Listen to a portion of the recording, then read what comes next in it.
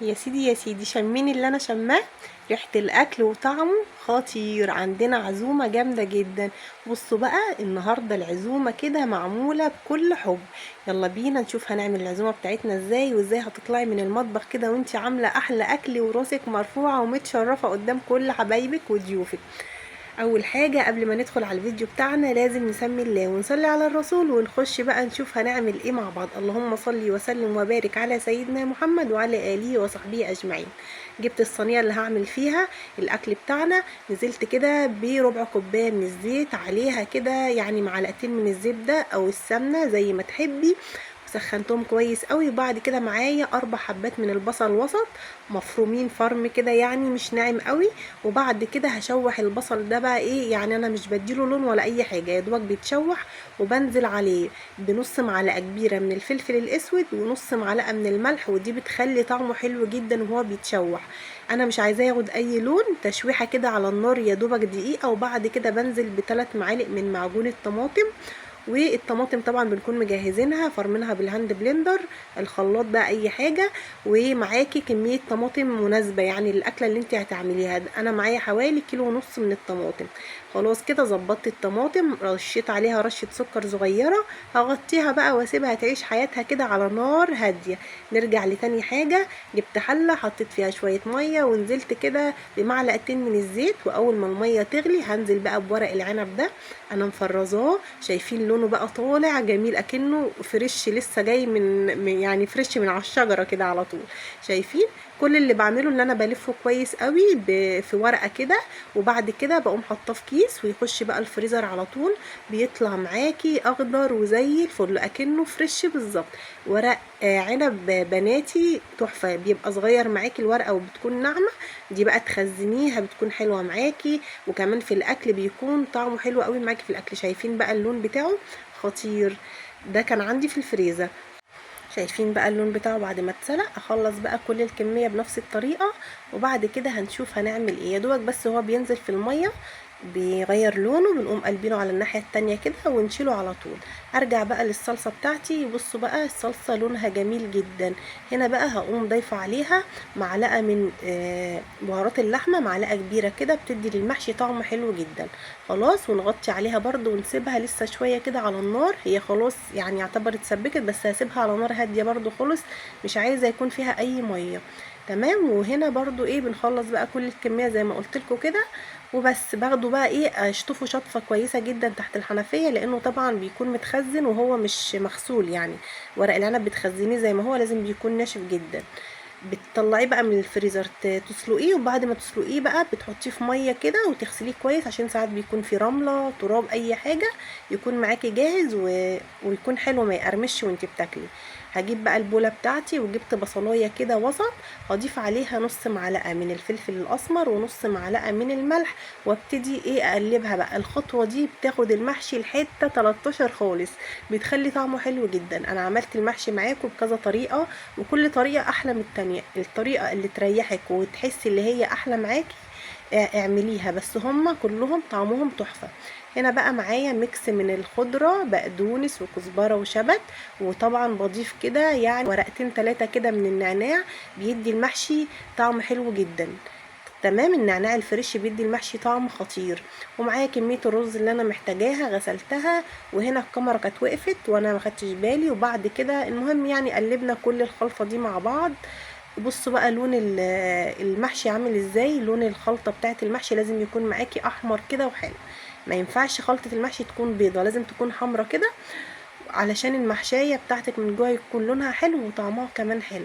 شيء احلى ريحة دلوقتي هتشميها يعني خطيرة بجد. الخلطة دي بتدي طعم حلو جدا.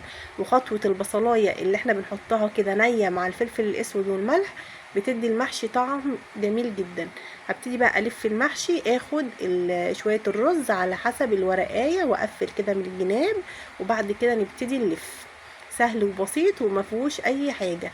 والمحشي ما بيتعملش غير كده. ما نكبرش المحشيه علشان هيكون شكلها معاكي وحش بعد ما تستوي. هتلاقيها نفخت كده والرز طلع بره وهتكون مش حلوه معاكي خالص. بس كده نلف كده ونقفل كويس على المحشيه. المحشي ما شاء الله الورق معايا يعني ناعم وحجمه مش كبير قوي، فايه بيكون مسهل عليكي كمان الحشو. خلاص خلصي بقى كل الكميه بنفس الطريقه. هنا بقى في ناس هتقولي انت ليه مش بتحطي في الحله على طول ومغلبه نفسك؟ هقول لكم علشان انا بحب افرش كده في الحله البصل وطماطم وفلفل، وطبعا الجو حر قوي، فلما بحطه بدري البصل بيغير ريحته وبيخلي بيبقى ريحته مش كويسه، يعني مش حلو. فانا بحشي واخلص براحتي خالص، وبعد كده عند التسويه بكون بقى مجهزه الفرشه اللي انا بحب استخدمها على طول. زي ما قلت لكم بصل كده حلقات وطماطم وفلفل بقى حامي وبارد، دول بيخلوا المحشي طعمهم حلو جدا، وهو بيستوي كده بتشمي ريحه بتكون قلبة الدنيا كلها. بضيف بس على البصل برضو رشه من الملح ورشه من الفلفل الاسود ورشه من الزيت، ده احتياطي برضو علشان البصل ما يطلعش ريحه خالص. خلاص، وبعد كده بنزل بقى ايه بالطماطم. طبعا هنا بقى لو حابه تعملي بقى لحمه تحت المحشي زي ما كنا عاملينه الفيديو اللي قبل كده، بتكون طعمها خطير وجوسي. لو عايزه تشوفيها ارجعي للفيديو اللي قبل كده. اللحمه اللي بتكون تحت المحشي دي بيكون طعمها حلو قوي، مختلفه كده، وبتكون محليه كمان طعم المحشي. هاخد بقى بقيه الطماطم والبصل والحاجات دي احطها في حله تانية، علشان زي ما انتم شايفين كده عندنا بتنجان برضو هنحشيه. البتنجان ده انا بقوره من بالليل، لما بيكون جاهز عندي بجهزه بالليل وباخده واحطه في كيسه كده واربط عليه من غير ما اغسله ولا اي حاجه، علشان ولا يمرر ولا يجلد. لو غسلناه هيكون وحش معاكي وهيجلد منك، وممكن كمان يمرر. فبركنه زي ما هو كده من غير غسيل، ولما باجي بقى احشيه بغسله على طول وبيكون جاهز معايا وزي الفل. علشان ايه؟ ننجز الوقت بتاعنا. يعني انت عندك عزومه جايلك ضيف وبتكوني مثلا انت عارفه، فبتحاولي تجهزي حاجتك اللي هتاخد وقت منك من قبلها بيوم يعني. رصيت بقى المحشي بالشكل اللي انتوا شايفينه الخطير ده، وهبتدي بقى ايه اكمل حشو البتنجان.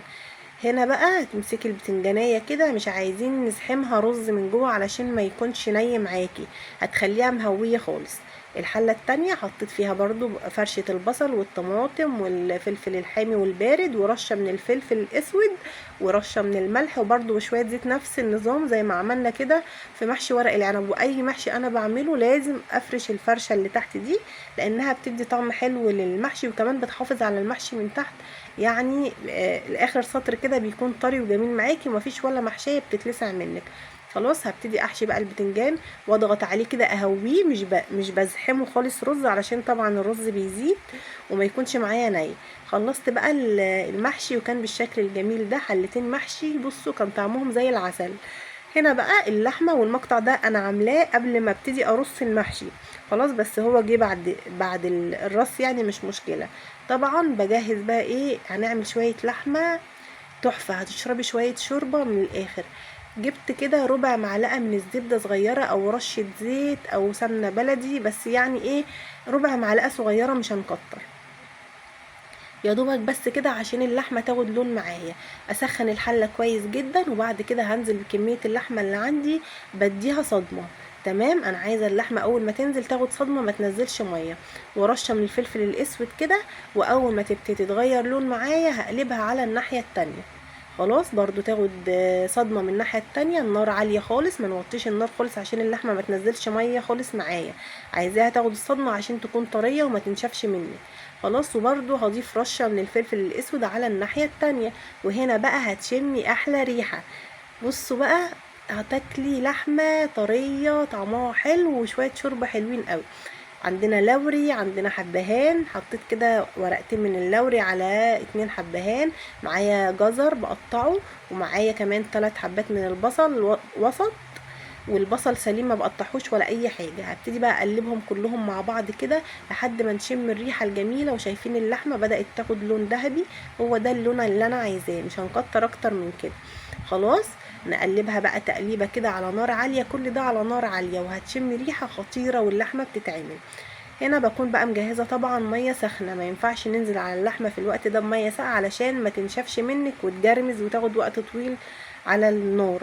بكون مسخنه الميه في الكتل غلياها، وانزل بقى بالميه، واول ما تغلي كده هبتدي انزل بعصير طماطمتين وانا بصفيهم علشان الشوربه بتاعتنا تكون حلوه في التقديم، ما يكونش فيها اي بقى قشر طماطم ولا اي حاجه. يلا بقى ندخل هنا الملوخيه بقى اللي بتكون ايه فريش كده وجميله، وطعمها بيكون تحفه وهي فريش. هناخد كده، انا بحب وانا بخرطها اخد فصين من الثوم احطهم على الملوخيه كده، بحس بقى وانا بخرطها بريحه تحفه قبل ما نعمل فيها اي حاجه. والخطوه دي ماما اللي منها لي، يعني طول عمرنا بنعملها كده. فصين من الثوم واحنا بنخرط الملوخيه بيكون طعمها حلو جدا. هبتدي اخرط فيها لحد ما تكون ناعمه. ممكن تعمليها في الكبه طبعا، بس انا بحس اللي هي بيكون طعمها احلى كده ونفسها احلى وهي متخرطه وتعبانين في الحاجه. لما بنتعب في الحاجه بناخد نتيجه حلوه في كل حاجه، حتى الاكل لازم تتعبي شويه عشان يطلع نتيجه معاكي حلوه ونفسه يكون حلو. خلاص خرطتها لحد ما بقت ناعمه معايا، وانا بحبها ناعمه ما تكونش خشنه قوي. هنشوفها واحنا بنسويها، مش بتبقى قطع كبيره ولا حاجه، بتكون حلوه. الشوربه كانت خلاص اتعملت واللحمه كانت خلاص داخله على سوا، فبظبط لها بقى الملح، وشايفين بقى لون الشوربه كان طعمها تحفه. خلاص بقى حان وقت التسوية، يعني اخر خطوة كده هنسوي بقى المحشي. هبتدي انزل بالشوربة، خدت شوية شوربة من بتوع اللحمة الحلوين دول، بس ضفت عليهم معلقة كبيرة من الصلصة، صلصة الطماطم جاهزة عندك، او الصلصة اللي انت بتعمليها للمحشي بتشيلي كده معلقتين منها. وابتدي بقى ايه اغليهم مع بعض، علشان عايزة لون الشوربة يكون برضو احمر ويديني لون للمحشي حلو. حطيت بقى الشوربه على البتنجان لحد نصه بس، ما بكترش عن كده لان هو بينزل ميه، ودي كده يا دوبك التسويه المظبوطه. بقى ورق العنب بنبتدي برضو ننزل بالشوربه بتاعتنا، والشوربه تكون سخنه مغليه كده على النار قبل ما ننزل على المحشي، عشان يعني تشغلوا معانا على طول. وبننزل بالشوربه لحد السطر الاولاني ده بيكون الشوربه تحتيه، ما بتكونش فوقيه خالص. لو غطيتي المحشي خالص هتلاقيه نفش منك وبقى شكله مش حلو.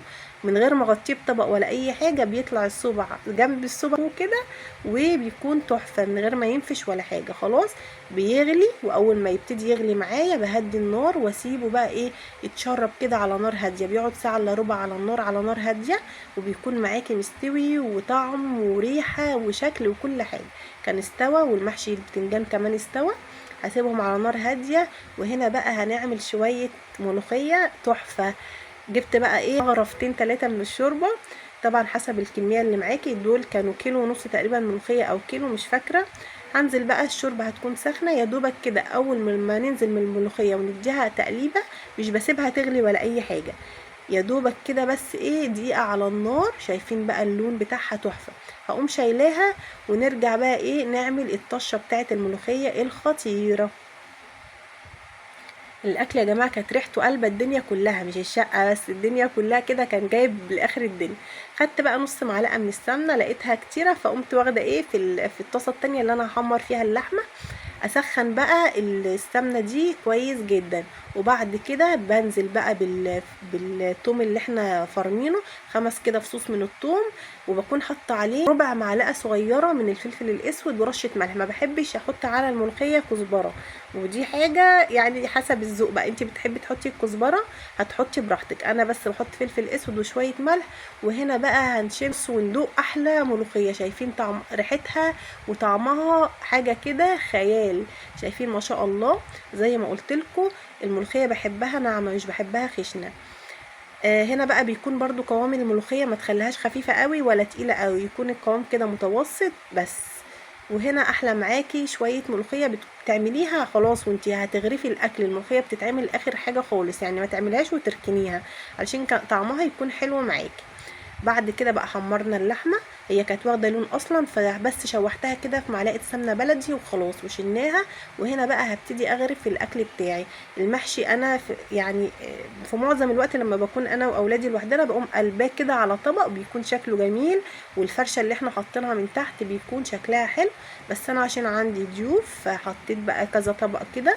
وبعد كده هبتدي اغرف البتنجان. شايفين بقى لون البتنجانيه من جوه عامل ازاي؟ هو ده اللي انا بقول لكم عليه للخلطه.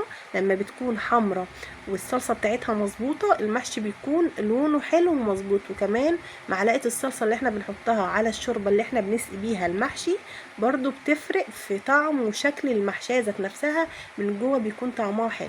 خلاص كده شايفين بقى قوام الملوخيه؟ يا سيدي يا سيدي بقى على الجمال، ولا الريحه ولا الطعم من الاخر. لو وصلتي بقى معايا هنا يلا حطي اللايك بتاعك بقى، ولو مش مشتركه في القناه فعلي الجرس عشان يوصلك كل الفيديوهات اول ما انزلها على طول.